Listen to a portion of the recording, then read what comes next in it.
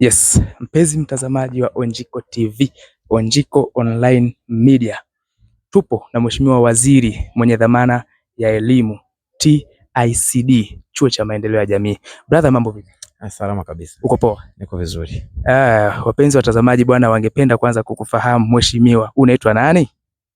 Kwa majina niliyokabidhiwa na wazazi wangu, naitwa Karume Chuma Ruti.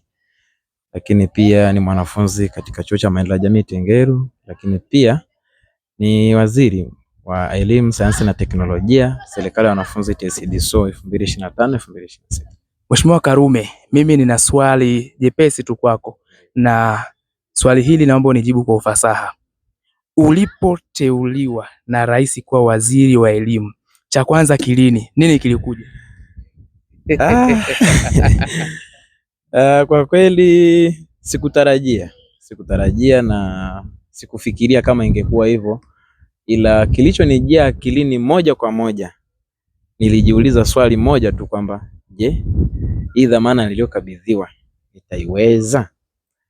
Kwa hiyo nadhani ndo swali ambalo lilinipa ukakasi kidogo, nikawa najiuliza mwenyewe pasipo kupata majibu ya haraka, lakini alhamdulillah, namshukuru Mungu, mambo yanaenda vizuri, Mungu anasaidia. Mheshimiwa Karume, unajigawaje? Kwa sababu tunajua majukumu ni magumu na ni makubwa na ni mengi. Kuna watu wana supplementary, kuna watu wana retake, kuna watu, yani kila shida inakuja juu yako. Unaugawaje muda wako mheshimiwa? Unahitajika usome, wakati huo unahitajika kuwahudumia wananchi. Hebu tupatie brief tu kidogo, unatumiaje muda wako?